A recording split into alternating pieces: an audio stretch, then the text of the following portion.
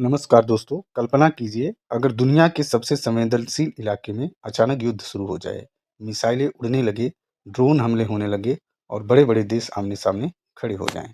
आज ठीक ऐसा ही माहौल बन चुका है। मिडिल ईस्ट में चल रहा संघर्ष अब 15 दिन से ज़्यादा समय से जारी है और पूरी दुनिया चिंतित है कि कहीं यह युद्ध और बड़ा रूप न ले ले।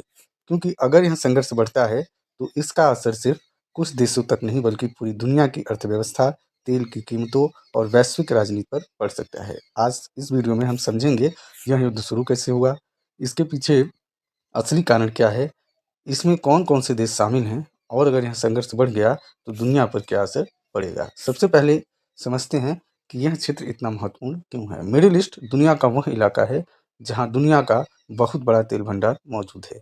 कई रणनीतिक समुद्री रास्ते हैं और कई शक्तिशाली देशों के हित जुड़े हुए हैं। यही कारण है कि यहाँ होने वाला कोई भी संघर्ष वैश्विक राजनीति को प्रभावित करता है।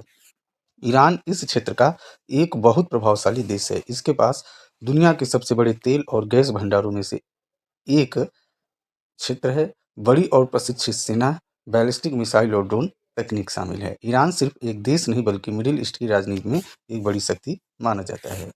अब सवाल उठता है कि इजराइल और ईरान के बीच इतनी दुश्मनी क्यों है? इसका इतिहास कई दशकों पुराना है। 1979 में ईरान में एक बड़ी क्रांति हुई जिसे इस्लामिक रिवॉल्यूशन कहा जाता है। इस क्रांति के बाद ईरान की नई सरकार ने इजराइल के खिलाफ सख्त रूप अपनाया। इसके बाद से दोनों देशों के बीच तनाव लगातार बढ़ता गया। इस संघर्ष में एक और बड़ा देश शामिल है, यूनाइटेड स्टेट अमेरिका लंबे समय से इजराइल का प्रमुख सहयोगी है। दूसरी तरफ अमेरिका और ईरान के बीच संबंध काफी तनावपूर्ण रहे हैं। परमाणु कार्यक्रम को लेकर भी दोनों देशों के बीच कई बार विवाद हुआ है।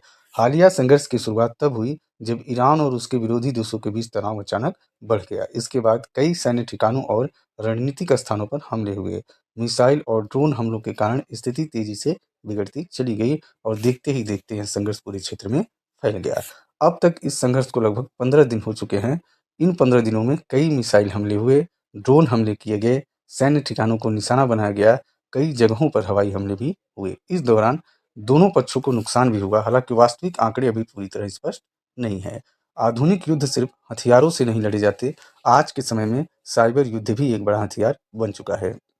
कई रिपोर्ट के अनुसार सरकारी वेबसाइटों पर हमले हुए, ऊर्जा कंपनियों के सिस्टम पर हमले हुए, इंटरनेट नेटवर्क को बाधित करने की कोशिश हुई। इससे पता चलता है कि यह युद्ध तकनीकी स्तर पर भी लड़ा जा रहा है।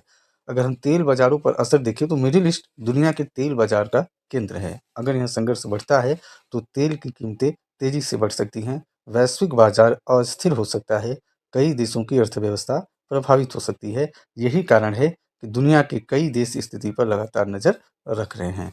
अगर हम भारत की बात करें तो भारत का मिडिल ईस्ट से गहरा आर्थिक संबंध है। भारत अपनी ऊर्जा जरूरतों का बड़ा हिस्सा इसी क्षेत्र से प्राप्त करता है। अगर यह संघर्ष बढ़ता है तो पेट्रोल और डीजल महंगे हो सकते हैं, व्यापार प्रभावित हो सकता है, विदेशों में काम कर रहे भारतीय नागरिकों की सुरक्षा चिंता का विषय बन सकती है।